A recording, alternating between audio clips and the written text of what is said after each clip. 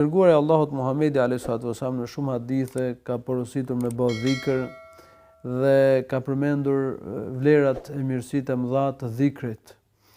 Në një hadith të cilin e shënon Buhari në Sahihun e tij, Muhamedi sallallahu alaihi wasallam ka thënë: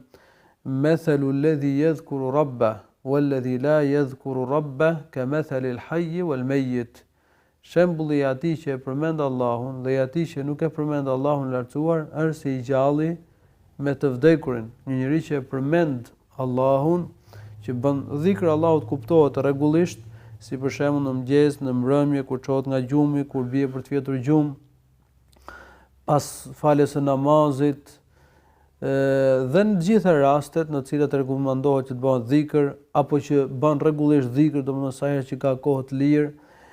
ky njeri është i gjallë, domethënë ka jetë shpirtërore, ndërsa njëri që nuk e përmend Zotin, që është i shkujdesur ndaj kësaj pune të mirë, ai është i vdekur, domethënë shpirtërisht është i vdekur. Ky është kuptimi i hadithit Muhamedit alayhi salatu wasalam. Pra diferenca mes një besimtar që përmend Allahun dhe një besimtar që nuk e përmend Allahun është si diferenca mes të gjallit dhe të vdekurit.